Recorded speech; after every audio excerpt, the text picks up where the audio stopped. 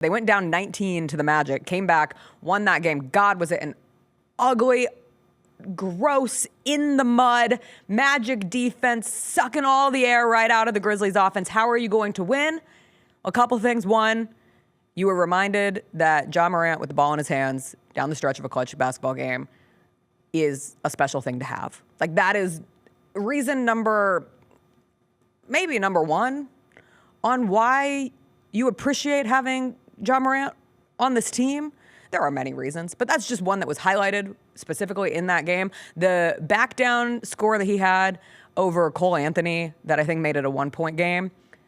You just find yourself, how did he do it? Like, how does he do that? How does the ball end up in the basket when you watch that play develop? And Ja constantly has those moments. The other player who came up huge in that game was Brandon Clark. Like, just another reminder of why he is one of the most important players, one of the most underappreciated players on this roster. He doesn't start, but he is so critical. And what he gives you defensively in a game like that against the Magic, all that length, all that height, and the stop that he makes that ultimately led to Jaren getting the block down the stretch was perfect. I love that lineup of him, Jaren, was it Santi, Des, and Ja? I think there's something sincere there. Last night it was, instead of Santi at the 3, it was Vince back. No, yeah, it was Vince at the 3, Santi at the 4, and Jaren at the 5. There's something there to be mixed with. And as we go forward with rotations with this group, like, it's clear the 2 rookies are continuing to start, but the 2 rookies are not closing at this point in time. And I think that's an important designation when you look at minutes distribution. I don't know if they will eventually go away from Jalen Wells in the starting lineup or Zach Edey in the starting lineup, but for now they at least have something where, like, even in the game against the Cavs, Santi plays 29 off the bench. Kennard had a nice game off the bench last night too with 26, but Vince Williams Jr. plays 20, and then you categorize that with Jalen Wells, who played 22 minutes. Zach Edey played 24.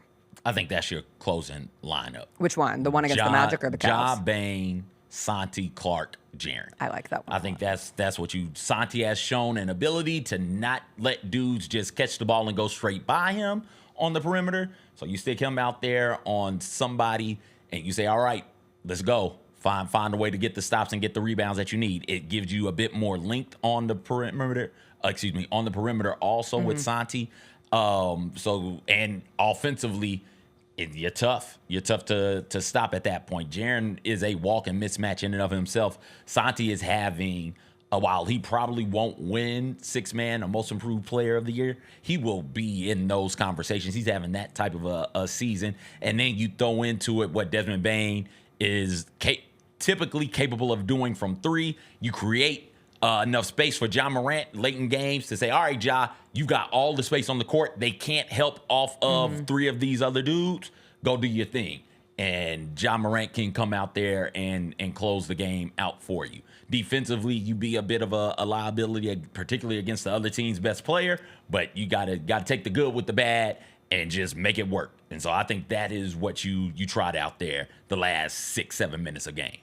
I love it sometimes at the end of a first half. Yeah, well, that was the Hampton lineup, the Hampton 5, the lineup of death or what have you. The Warriors didn't use that lineup the entire game. It was intermittent. No, it was like 4 minutes here or there. 4 minutes at the end of quarters, and then the last 5-6 minutes of games, you'd see Iguodala out there with Harrison Barnes, Steph, Dre, and Clay, right? Like that's how they used it, and I think you can use that lineup, the Grizzlies lineup, much in the same way. And if you were able to utilize it to keep that engine of Ja running consistently, where it's not just out the gate of a game, and then some of that energy gets zapped, and then it's last 4 minutes, ball in your best player's hands. Like, I thought the ESPN crew, that show, because all those games yesterday were on ABC, ESPN, and so watched a lot of that crew talk about basketball.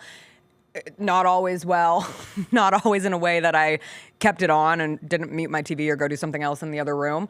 But in terms of nailing it with, like, where the Grizzlies are at with this new, it's not new anymore, but the offense of this season and how Ja is, he's a cog in the system, but he's a superstar and he can go out and make plays. And on the flip side, in a game like yesterday with the Cavs, like, Donovan Mitchell's hotter than hell in the first half, and they just keep feeding Donovan Mitchell and allowing him to go to work and cook.